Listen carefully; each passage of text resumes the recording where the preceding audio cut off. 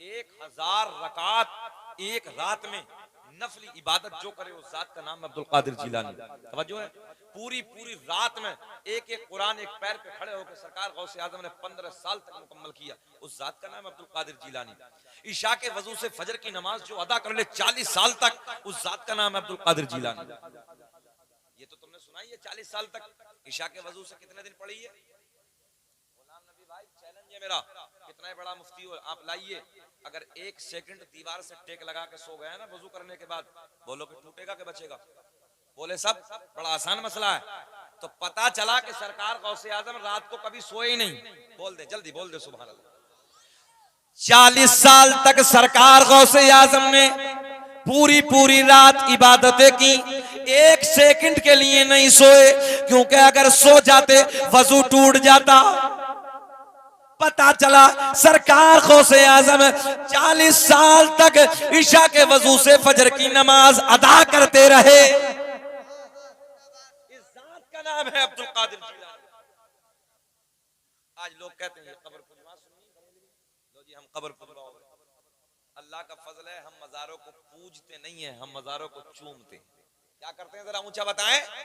हम मज़ारों को चूमते हैं, पूजते नहीं है। हम पूजने वाले नहीं है, पूजने वाली जमात दूसरी है। जहन हाजिर है ना भाई, पूजने वालों की जमात कोई और है, हम चूमने वालों में हैं। अल्लाह का फजल है। और तुम लोग न इधर हो न उधर, तुम्हारी जमात दूसरी है। और अल्लाह का बड़ा एहसान है, हम सुन्नी हैं और हम अहले अदब भी हैं, अहले मोहब्बत। हम किसी के गुस्ताख नहीं हैं। किसी को देखो भैया तो वो हजरत सिद्दीक अकबर को गाली देने लगा, किसी को देखो आपके इलाके में चल रहा वो हजरत अमीर माविया को गाली देने लगा, किसी को देखो वो किसी पे भौंकने लगा, किसी पे भौंकने लगा। मगर अल्लाह का फजल है, हम सुन्नी सबसे प्यार करते हैं। भाई ये उनका मामला है, उनके घर का मैटर है, हमें क्या मतलब इन बातों से? भाई हम इतना जाने कि हमारा वजू ठीक है कि नहीं है, हमारी नमाज ठीक है कि नहीं है, बोलो हमारी जरूरियात जिंदगी ठीक है कि नहीं है, हम अल्लाह के रसूल से प्यार करते हैं, उनके असहाब से मोहब्बत करते हैं, अहले बैत को अपने सर का ताज समझते हैं, हम प्यार करते हैं, बात खत्म हो गई। हमारी जिंदगी का मकसद ये होना चाहिए। उनके घर में ऐसा क्यों हुआ, क्या था क्या था, तू क्या ले इस बात से? घर का राज घर में होना चाहिए, वो उनका अपना घर का मैटर है, तुम क्या लेते हो इस बात से? हमें शरीयत ने यह सिखाया है अहले बैत से भी प्यार करो और सहाबा से भी मोहब्बत करो। और सरकार के बाद पूरी कायनात में सबसे अफजल बशर अगर कोई है, तवज्जो है, तो उस जात का नाम है हजरत अबू बकर सिद्दीक। और हजरत अबू बकर सिद्दीक के बाद हजरत उमर फारूक आजम, हजरत उमर फारूक आजम के बाद हजरत उस्मान गनी, उनके बाद मौला अली। और यही हमारे बुजुर्गों का अल्हम्दुलिल्लाह अमल है, इसी पे हम मानते हैं। अब सरकार गौसे आजम की जिंदगी को हम देखते हैं। सरकार गौसे आजम की जात आपसे मुलाकात के लिए 100 आलिम आए। कितने? 100 आलिम बड़ी दूर से सफर करके आए कि चलो बगदाद के राजा के बारगाह में चलते हैं, कुछ सवालात हैं और उन्हें हल कराएं। आप जैसे 3 लोग बैठे हैं, इधर ये बैठे हैं माइक वाले भैया, उधर वो कैमरे वाले, इधर ये बैठे हैं। ये मानिए कि इस तरीके से चारों तरफ से आके बगदाद के आपके मदरसे में 100 लोग, 100 आलिम बैठ गए। कितने? 100 बैठे। सवाल सबका अलग अलग था। सवाल अभी जहन में है। सरकार गौसे आजम हुजरे विलायत में है, आप अंदर हैं, बाहर तशरीफ लाते हैं। बड़ा मजा आएगा, जुमले सुने। आप बाहर तशरीफ लाते हैं, सारे के सारे उलमा बैठे हुए हैं, सब देख के खड़े हो गए। सरकार गौसे आजम ने हुक्म फरमाया बैठ जाए। सब बैठे हैं, शाहनवाज गौर से सुने, बैठे। सारे के सारे इधर बैठे हैं। मेरे गौसे आजम ने एक निगाहे वलायत डाली। जुमला आसान किए दे रहा हूं ताकि आप समझ जाए। सरकार गौसे आजम ने एक निगाहे वलायत डाली, सबकी मेमोरी खाली। इतना आसान जुमला बोला ताकि आपके समझ में आ जाए। एक निगाहे वलायत डाली, सबकी मेमोरी खाली। जितने सवाल लेके आए थे सब खत्म। सरकार गौसे आजम सबको खींच लिया। अब जितने आलिम बैठे सब, कुछ याद हो तो बोला ना, कुछ सवाल जहन में हो तो बोला ना। सारे के सब सब बैठे, बोले हो क्या गया भाई? सरकार गौसे आजम के लबों पे मुस्कुराहट। देखे ना पावर अल्लाह ने कैसी अता की है। सरकार गौसे आजम ने फरमाया कैसे आना हुआ था, तो सब सरकार गौसे आजम के मुखड़े को तक रहे। सब चेहरे को देख रहे हैं। मेरे गौसे आज़म ने फरमाया आप खड़े हो जाओ। पहले मौलाना को खड़ा किया, खड़ा करने के बाद मुस्कुरा के फरमाया मौलाना तुम्हारा सवाल ये था, उसका जवाब ये है, अब तुम खड़े हो जाओ। दूसरों को खड़ा किया, आपने फरमाया आपका सवाल ये था, उसका जवाब ये है। तीसरा, चौथा, पांचवा, छठा, सातवां, आठवां, नवा, 10, 20, 30, 40, 50, 60, 70, 80, 90, 100 के 100 को खड़ा करने के बाद सबके सवाल भी बता दिए, उनके जवाब भी बता दिए। इस जात का नाम है अब्दुल कादिर जिलानी। ये जात है अब्दुल कादिर जिलानी की। अच्छा अब ये बताएं, ठीक हमें आधा घंटा हो गया, बेचैनी तो नहीं हो रही?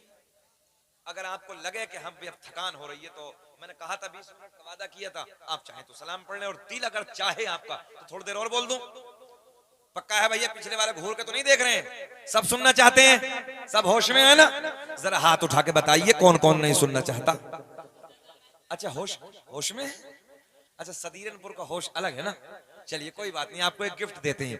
सारी दुनिया को नींद आ गई है, उनका दीवान बेदार है। आपके लिए अब तो बोलो यार कि सारी दुनिया को नींद आ गई है, उनका दीवाना बेदार है। आप ही फैसला कीजिए कौन जन्नत का हकदार है। आप ही फैसला कीजिए कौन जन्नत का हकदार है। एक बात और सुने, अचानक मेरे जहन में आई। बिटवे यार ना, वो मैं समझ गया जो उसने कहा, कोई नहीं, वो गिरेगा तो है ना तू यार, जब गिरेगा तो उठा के दे देना, कोई मसला नहीं। अच्छा ये बच्चे भी बड़े सोने होते हैं, बड़ा अच्छा लगता है इनकी जिंदगी। और एक बात बताऊं, सच्ची बात ये, जब कोई नहीं होता है ना जलसे में, तो फिर ये होता है। जलसे को शुरू में यही जमाते हैं, इनकी मेहनतें होती हैं, और सारे मौलवी ने धकेल देते हैं पीछे। मैं कभी बच्चों को पीछे नहीं करता, बस इतना कहता हूँ बेटा साइड हो जाओ, क्योंकि समझदारी छोटी होती है ना, हम मुकम्मल समझ नहीं पाते हैं, तो वो खिलौना सा बन जाता। अब जब फ्रंट पे खिलौना होगा तो आप समझते हैं फिर माहौल डिस्टर्ब होता है। तो अब ये बच्चे हैं बड़े सोने हैं, हमारे भी बच्चे हैं।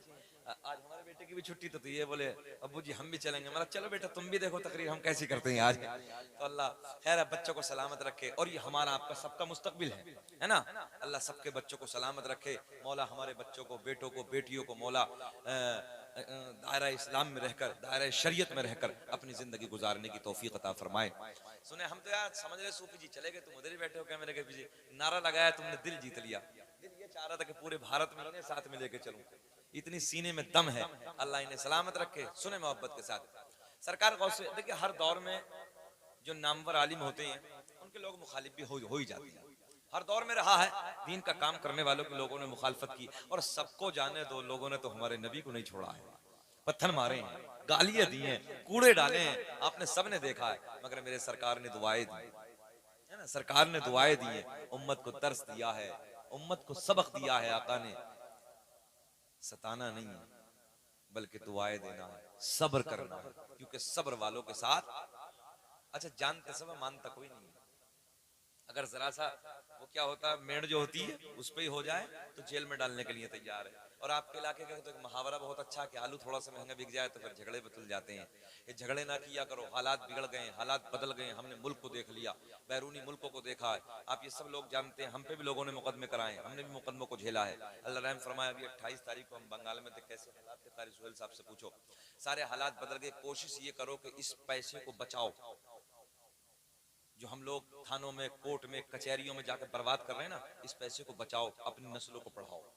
याद रखना, तुम्हारी नस्लें कैसे बचेंगी, तुम्हारी नस्लों का इतिहास कैसे लिखा जाएगा, ऐसे लिखा जाएगा कि तुम्हारे बच्चों के हाथ में जब कलम की ताकत होगी ना, तो आज भी देखो तुम, अगर किसी जिले का डीएम अपना होना, किसी थाने में इंस्पेक्टर अपना होना, तो उसकी पावर अलग नजर आती है। कहीं जज अपना होता, कहीं एडवोकेट अपना होता, तो उसका मजा ही अलग होता है। और अल्लाह का फजल, ये सारी पावर ही देखने के बाद मैं भी अभी LLB, मैंने इस उम्र में LLB करना शुरू की है, मैं खुद अल्हम्दुलिल्लाह भी इल्म हासिल करने लगा हूँ।